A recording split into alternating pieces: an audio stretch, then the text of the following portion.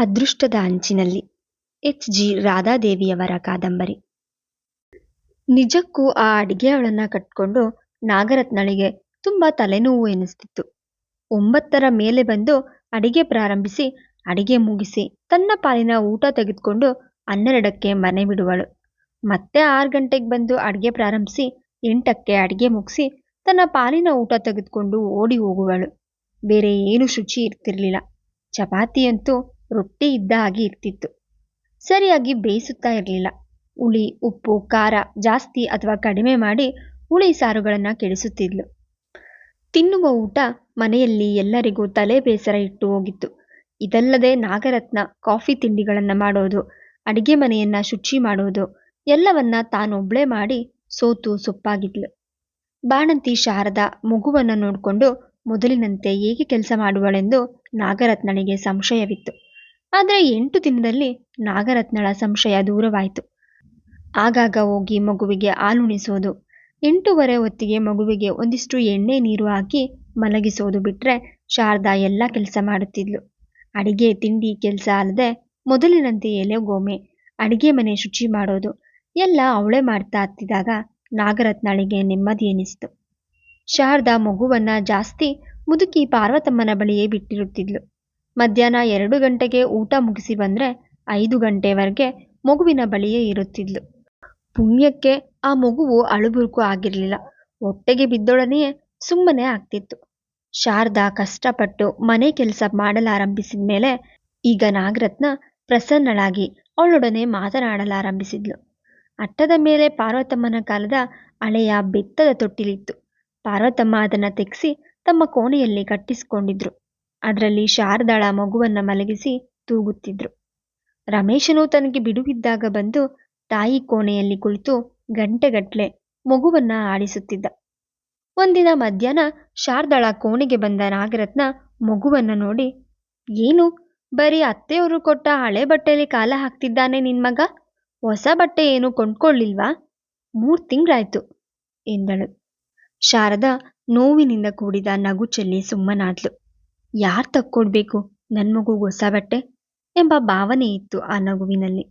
ಪುನಃ ನಾಗರತ್ನಳೆ ಮಾತಾಡಿ, ರಮೇಶನ್ಗೆ ಈ ತಿಂಗಳು ಸಂಬಳ ಅಲ್ಲದೆ ಎಕ್ಸ್ಟ್ರಾ 500ಗಳು ಬರುತ್ತೆ. ವರ್ಷಕ್ಕೊಂದ್ಸಲ ಬರೋ ಆ ದುಡ್ಡು ಏನ್ ಮಂಗ್ಮಾಯ ಮಾಡ್ತಾನೋ ದೇವರಿಗೆ ಗೊತ್ತು. ಮಗುಗೆ 4 ಹೊಸ ಅಂಗಿಗಳನ್ನ ತಂದ್ಕೊಡ್ಲಿಕ್ಕೆ ಹೇಳು ಎಂದಳು.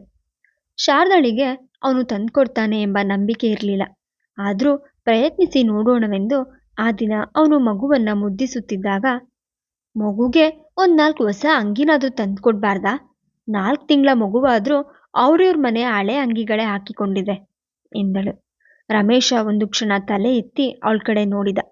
ಅನಂತರ ಮಗುವನ್ನ ಮುದ್ದಿಸುತ್ತಾ, ಯಾರ ಅಂಗಿ ಹಾಕೊಂಡ್ರೇನು, ಮೈ ಮುಚ್ಚೋದು ಮುಖ್ಯ ಅಲ್ವಾ ಎಂದು ಹೇಳಿ ಎದ್ದು ಹೊರಟುಬಿಟ್ಟ. ಶಾರದಾ ಅವನ ನುಡಿಮುತ್ತು ಕೇಳಿ ನಿಟ್ಟುಸಿರುಬಿಟ್ಲು. ಶಾರದಾ ಎದ್ದು ಮನೆ ಕೆಲಸವನ್ನ ಮಾಡಲಾರಂಭಿಸಿದ್ದು ನೋಡಿ ಮಾಲತಿ ನಿಧಾನವಾಗಿ ಅವಳಿಗೆ ತನ್ನ ಸ್ವಂತ ಕೆಲಸ ಅಂಟಿಸಲು ಆರಂಭಿಸಿದ್ಲು. ಒಮ್ಮೆ ಮಾಲತಿಯ 12 ಸೀರೆ, ಒಳಲಂಗ, ಕುಪ್ಪಸಗಳು ಎಲ್ಲ ಶುಭ್ರವಾಗಿ ಒಗೆದು ಇಸ್ತ್ರಿ ಮಾಡಿಕೊಟ್ಟಾಗ ಮಾಲತಿ ಅವಳಿಗೆ 500 ರು ನೋಟು ನೀಡಿದವಳು ಏನನಿಸಿತು ಅದನ್ನು ಹಿಂದಕ್ಕೆ ಪಡೆದು 10 ರು ನೀಡಿದ್ಲು. ಮಗುಗೆ ಏನಾದ್ರೂ ತಕ್ಕೊಡು ಎಂದಳು. ಶಾರದಾಳಿಗೆ ಯಾರ ಬಳಿಯೂ ಹೇಳಿ ತರಿಸುವ ಸರಿಗೆ ಇರಲಿಲ್ಲ. ಕಡೆಗೆ ರಮೇಶನಿಗೆ ಹಣ ನೀಡಿ 2 ರೂಪಾಯಿ ಕೊಟ್ಟು 4 ಮಲ್ಲಿನ ಅಂಗಿಗಳನ್ನ ತನ್ನಿ, 8 ಕಾಟನ್ ಕಾಚ ಬರುತ್ತೆ, 4 ತನ್ನಿ ಎಂದಳು. ರಮೇಶ 10 ರೂಗಳನ್ನ ಪಡೆದು ಆಗ್ಲಿ ಎಂದು ಹೊರಬಿದ್ದ. ಆದ್ರೆ 4-5 ದಿನಗಳಾದ್ರೂ ರಮೇಶ ಬಟ್ಟೆ ತರಲಿಲ್ಲ. ಪ್ರತಿದಿನ ಕೇಳಿ ಕೇಳಿ ಸಾಕಾದ ಶಾರದಾ ಕಡೆಗೆ ಒಂದಿನ ನಿಷ್ಠೂರವಾಗಿ, ಹೋಗ್ಲಿ ದುಡ್ಡು ಕೊಡಿ, ನಾನು ಪಕ್ಕದ ಮನೆ ಹುಡುಗಿ ಕೈಲಿ ತರ್ಸ್ಕೋತೀನಿ ಎಂದಳು. ರಮೇಶ ಆರಿಸಿ ಮಾತಾಡಿ, ಈ ದಿನ ಸಂಜೆ ತಂದ್ಕೊಡ್ತೀನಿ, ಸುಮ್ಮನೆ ಗೋಳಾಡ್ಬೇಡ ಎಂದ. ಆ ದಿನ ಸಂಜೆ ರಮೇಶ ಬಂದಾಗ ಅವನ ಕೈಲಿ ಒಂದು ಬಟ್ಟೆಯ ಗಂಟು ಇತ್ತು. ಅದರಲ್ಲಿ ಬಣ್ಣ ಬಣ್ಣದ 4-6 ಅಂಗಿಗಳು, 4-6 ಕಾಚಗಳು ಇದ್ವು. 2 ದೊಡ್ಡ ಬತ್ತೆಗಳೂ ಇದ್ವು. ಶಾರದಾ ದಿಗ್ಭ್ರಾಂತಳಾಗಿ, ಎಲ್ಲಿಂದ ತಂದ್ರಿ ಎಂದಳು. ಜಯ ಅತ್ಗೆನ ಇವತ್ತೋಗಿ ನೋಡ್ ಬಂದೆ. ಶಾರದಾ ಹೇಳಿದ್ಲು ಮಗುಗೆ ಬಟ್ಟೆ ಬೇಕು ಅಂದೆ. ಅವ್ರ ಮಗುಗೆ ಡಜನ್ ಗಟ್ಲೆ ಬಟ್ಟೆ ತಂದಿದ್ರು. 4 ಆರ್ಸ್ಕೊಟ್ರು. ಅಂತ ಹಳೇದಲ್ಲ, ಎಲ್ಲ ಹೋದ್ ತಿಂಗಳು ಕೊಂಡದ್ದು ಎಂದ. ಶಾರದಾ ಕೋಪದಿಂದ, ಅಂತೂ ಅವ್ರನ್ನ ಕೇಳಿ ತಂದಿದ್ದೀರಿ ಅಂದಾಗಾಯ್ತು. ನಾನ್ ಕೊಟ್ಟ 10 ರು ಇಲ್ಲಿ ಕೊಟ್ಬಿಡಿ ಎಂದಳು. ರಮೇಶ ಕೋಪದಿಂದ ರೇಗಿ, ಏನು 10 ರೂಪಾಯಿ 10 ರೂಪಾಯಿ ಅಂತ ಬಡ್ಕೋತೀಯೋ? ನಿಮ್ಮಪ್ಪ ಇನ್ನೂ 1000 ರೂಪಾಯಿ ವರದಕ್ಷಿಣೆ ಕೊಟ್ಟಿದ್ರೆ ಇನ್ನು ಹೇಗಾಡ್ತಿದ್ಯೋ ಎಂದ. ಶಾರದಾ ಅಲ್ಲಿಗೆ ಸುಮ್ಮನಾದ್ಲು. ಅದೇ ತಿಂಗಳಲ್ಲಿ ಇನ್ನೊಂದು ಬಾರಿ ಜಾಸ್ತಿ ಕೆಲಸ ಮಾಡಿಸ್ಕೊಂಡಾಗ ಡಾಕ್ಟರ್ ಮಾಲ್ತಿ ಅವಳಿಗೆ 5 ರೂಪಾಯಿ ಕೊಡಲು ಬಂದ್ಲು. ಶಾರದಾ ಸಂಕೋಚದಿಂದ, ಅಕ್ಕ, ಹಣ ಬೇಡ, ಅದ್ರ ಬದಲು ಎಂದಳು. ಮಾಲ್ತಿ ಅಚ್ಚರಿಯಿಂದ, ಏನ್ ಬೇಕು ಕೇಳು ಎಂದಳು.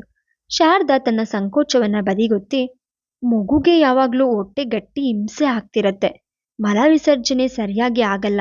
ಗ್ರೈಪ್ ವಾಟರ್ ಹಾಕ್ಬೇಕು ಅಂತ ಆಸೆ ಇದೆ. ನಿಮ್ಗೆ ಬಿಡುವಾದಾಗ ಒಂದು ತಂದ್ಕೊಡಿ ಎಂದಳು. ಹಾಗೆ ಆಗ್ಲೇಳು ಎಂದಳು. ಮಾಲ್ತಿ ಮಾರನೇ ದಿನವೇ ಒಂದು ಗ್ರೈಪ್ ವಾಟರ್ ಶೀಸೆ ತಂದು ಕೊಟ್ಲು. ತಾಯಿ ಹಾಲು ಬಿಟ್ಟು ಮಗುವಿಗೆ ಬೇರೇನೂ ಇರಲಿಲ್ಲ. ಮಗುವಿಗೆ ದಿನ ಗ್ರೈಪ್ ವಾಟರ್ ಕುಡಿಸತೊಡಗಿದ್ಲು. ಮಗುವಿಗೆ ಇದ್ದ ಮಲ ವಿಸರ್ಜನೆ ತೊಂದರೆ ದೂರಾಗಿ ಅದು ಚೆನ್ನಾಗಾಯ್ತು. ಬಚ್ಚಲ ಮನೆಯ ಸ್ವಾತಂತ್ರ್ಯ ಶಾರದಾಳಿಗೆ ಇದ್ದಿದ್ರಿಂದ ಮಗುವಿಗೆ ಚೆನ್ನಾಗಿ ಎಣ್ಣೆ ನೀವಿ ಬಿಸಿ ನೀರು ಹಾಕಿ ಸೀಗೆಕಾಯಿ ಕಡಲೆ ಹಿಟ್ಟನ್ನ ಉಜ್ಜಿ ಎರೆಯುತ್ತಿದ್ಲು. ಶಾರದಾಳ ಮೊಲೆಯಲ್ಲಿ ಹಾಲು ದಂಡಿಯಾಗಿತ್ತು. ಹೀಗಾಗಿ ಮಗು ದಿನದಿನವೂ ದುಂಡಾಗಿ ಚೆನ್ನಾಗಿ ಬೆಳೆಯಿತು. ಶಾರದಾಳಿಗೆ ಮಗುವನ್ನ ಕಂಡ್ರೆ ಪಂಚಪ್ರಾಣ. ಯಾರೂ ಅದಕ್ಕೆ ತೊಟ್ಟಲು ಕಟ್ಟಿ ನಾಮಕರಣ ಮಾಡಲಿಲ್ಲ ನಿಜ. ಆದ್ರೆ ಶಾರದಾ ಮಗುವನ್ನ ವೈನತೇಯ ಎಂದು ಕೂಗುತ್ತಿದ್ಲು. ವೈನತೇಯ ಎಂದ್ರೆ ಗರುಡನ ಹೆಸರು. ತಾಯಿಯ ದಾಸ್ಯವನ್ನು ಪರಿಹರಿಸಿದ ಗರುಡನ ಕಥೆಯನ್ನ ಚಿಕ್ಕಂದಿನಲ್ಲಿ ಕೇಳಿದ್ಲು. ನಿಜಕ್ಕೂ ಆ ಮನೆಯಲ್ಲಿ ತನ್ನ ಸ್ಥಾನ ದಾಸಿಯದ್ದೆಂದು ಅವಳಿಗೆ ತಿಳಿದಿತ್ತು. ತಾನು ಗರ್ಭಿಣಿಯಾದಾಗ ಮನೆಯಲ್ಲೇ ಡಾಕ್ಟರ್ ಆಗಿದ್ದ ಮಾಲ್ತಿ ಒಂದು ದಿನ ಔಪಚಾರಿಕವಾಗಿಯೂ ಸಹ ಪರಿಶೀಲಿಸಿರಲಿಲ್ಲ. ಬಾಣಂತನ ಮಾಡುತ್ತೇನೆ ಎಂದು ಒಪ್ಕೊಂಡ ನಾಗರತ್ನ ಬಾಣಂತನವಿರಲಿ, ಆತ್ಮೀಯವಾಗಿ ಮಾತಾಡಿಸುವುದು ಸಹ ಬಿಟ್ಟಿದ್ಲು. ಹಾಗೂ ಈಗೂ ಮುದುಕಿಯಾದ ಪಾರ್ವತಮ್ಮನೇ ಎಲ್ಲ ತೂಗಿಸಿದ್ರು. ಅವರಿಗೆ ತಾನು ಮೈ ಮುರಿದು ದುಡಿದು ಮಾಡುವ ಕೆಲಸ ಬೇಕು, ತಾನಲ್ಲ ಎಂಬುದು ಅರಿವಾದಾಗ ಶಾರದಾಳಿಗೆ ಮನಸ್ಸು ನೋವಿನಿಂದ ಜಡವಾಗಿತ್ತು. ಆ ಮಗುವೊಂದೇ ತನ್ನ ಆತ್ಮೀಯ ಕರುಳಿನ ತುಣುಕು ಎನಿಸುತ್ತಿತ್ತು. ಮುಂದೆ ತನ್ನೆಲ್ಲ ಕಷ್ಟ ಪರಿಹರಿಸಬಲ್ಲ ದಿವ್ಯ ಶಕ್ತಿ ಈ ಮಗು ಎಂದು ಅದನ್ನ ಅಪ್ಪಿಕೊಂಡು ಮಲಗಿದಾಗ ತನ್ನೆಲ್ಲ ನೋವು ಮರೆಯುತ್ತಿದ್ಲು. ಮಗುವಿಗೆ 6 ತಿಂಗಳು ತುಂಬಿತು. ಜಯಲಕ್ಷ್ಮಿ ಮಗುವಿಗೂ 6 ತಿಂಗಳು ತುಂಬಿದ್ರಿಂದ ಅವಳು ತವ್ರ ಮನೆಯಿಂದ ಇಲ್ಲಿಗೆ ಬಂದಿದ್ಲು. ತಾನು ಆಫೀಸ್ಗೆ ಹೋದಾಗ ಮಗುವನ್ನು ನೋಡಿಕೊಳ್ಳಲು ಜಯಲಕ್ಷ್ಮಿ ಒಂದು ಹುಡುಗಿಯನ್ನ ಗೊತ್ತು ಮಾಡ್ಕೊಂಡಿದ್ಲು. ಇದಲ್ಲದೆ ಶಾರದಾಳು ಸಣ್ಣ ಪುಟ್ಟ ಕೆಲಸಗಳನ್ನ ಮಾಡ್ಕೊಡ್ತಾ ಇದ್ಲು. ಒಮ್ಮೆ ಜಯಲಕ್ಷ್ಮಿ ಅವಳನ್ನ ಕರೆದು 4 ಕುಪ್ಪಸದ ಬಟ್ಟೆ ಕೊಟ್ಟು, ನನಗೆ ಆರತಕ್ಷಲಿ ಸಾಕಷ್ಟು ಬ್ಲೌಸ್ ಪೀಸ್ ಬಂದಿದೆ, ಇವು 4 ನೀನಿಟ್ಕೋ ಎಂದಳು. ಶಾರದಾ ಸಂಕೋಚದಿಂದ, ನನಗೆ ಬ್ಲೌಸ್ ಪೀಸ್ ಬೇಡಕ್ಕ, ನೀವು ತಪ್ಪು ತಿಳ್ಕೊಳ್ದೇ ಇದ್ರೆ ಎಂದು ಪ್ರಾರಂಭಿಸಿದ್ಲು. ಕೇಳು ಏನ್ ಬೇಕು ಎಂದು ಜಯಲಕ್ಷ್ಮಿ ಅಭಯವಿತ್ತ ಮೇಲೆ, ಮಗುಗೆ ಮೈಯೆಲ್ಲ ಗುಳ್ಳೆಗಳಾಗಿದೆ, ಒಂದು ಬೇಬಿ ಪೌಡರ್ ಡಬ್ಬ ಬೇಕು ಎಂದಳು. ಜಯಲಕ್ಷ್ಮಿ ನಕ್ಕು, ಆಗ್ಲಿ ತಂದ್ಕೊಡ್ತೀನಿ ಎಂದು ಮಾರನೇ ದಿನವೇ ಒಂದು ದೊಡ್ಡ ಸೈಜಿನ ಬೇಬಿ ಜಾನ್ಸನ್ಸ್ ಪೌಡರ್ ಡಬ್ಬ ತಂದುಕೊಟ್ಲು. ಚಳಿಗಾಲ ಬಂದಾಗ ನಾಗರತ್ನ ಯಾವುದೋ ಹಳೆ ಬಟ್ಟೆಯ ಗಂಟು ತೆಗೆದು ಕಿಗ್ಗಲು ನಾಮ ಸಂವತ್ಸರದ ಒಂದು ಹಳೆ ಸ್ವೆಟರ್ ಇತ್ತು. ತಗೋ, ನಮ್ಮ ಅನಿತಾಗೆ ಆಗ್ತಾ ಇದ್ದದ್ದು, ಮಗುಗೆ ಹಾಕು ಬೆಚ್ಚಗೆ ಇರುತ್ತೆ ಎಂದಳು. ಅಂತೂ ಇಂತೂ ವೈನತೇಯ ಯಾವೊಂದು ಕಾಯಿಲೆ ಇಲ್ಲದೆ ದುಂಡು ದುಂಡಾಗಿ ಬೆಳೆದು 1 ವರ್ಷದ ಮಗುವಾಯಿತು. ಆ ದಿನ ರಮೇಶ ಕೋಣೆಗೆ ಬಂದು ಮಗುವನ್ನ ಮುದ್ದಿಸುತ್ತಾ, ಇನ್ನು ಎಷ್ಟು ದಿನ ಅಮ್ಮನ ಕೋಣೆಲೆ ವಾಸ ಮಾಡ್ತೀಯೇ ಎಂದ. ಶಾರದಾ ಕಡಾಖಂಡಿತವಾಗಿ ಮಾತನಾಡಿ, ಹೆಂಡತಿ ಮಕ್ಕಳು ನಿಮಗೆ ನಿಜವಾಗೂ ಬೇಕಾಗಿದೆಯೇ ಎಂದಳು.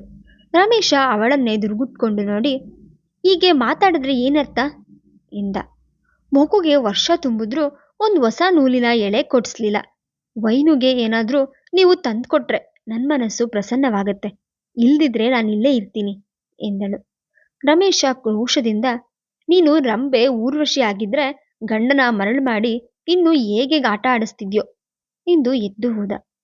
ಆದ್ರೆ 1 ವಾರವಾದ ಮೇಲೆ ರಮೇಶ ಮಗುಗೆ 2 ಹೊಸ ಅಂಗಿ ಹಾಗೂ 2 ಚಡ್ಡಿ, 1 ಚೆಂಡು ಹಾಗೂ 1 ಬಣ್ಣದ ಆನೆ ತಂದಿದ್ದ. ನಿನ್ ಮಗನ್ಗೋಸ್ಕರ 25 ರೂಗಳನ್ನ ಖರ್ಚು ಮಾಡಿ ತಂದಿದ್ದೀನಿ ನೋಡು, ಅಮ್ಮನ ಕೋಣೆ ವಾಸಕ್ಕೆ ಇವತ್ತಿಂದನಾದ್ರೂ ಮಂಗಳ ಹಾಡು ಎಂದ. ಶಾರದಾ ಗಂಡನ ಮೇಲೆ ಪ್ರಸನ್ನಳಾದ್ಲು. ಅತ್ತೆಯ ಕೋಣೆಯಿಂದ ಗಂಡನ ಕೋಣೆಗೆ ವರಾಂಡಕ್ಕೆ ಬಂದ್ಲು. ಮುಂದುವರೆಯುವುದು.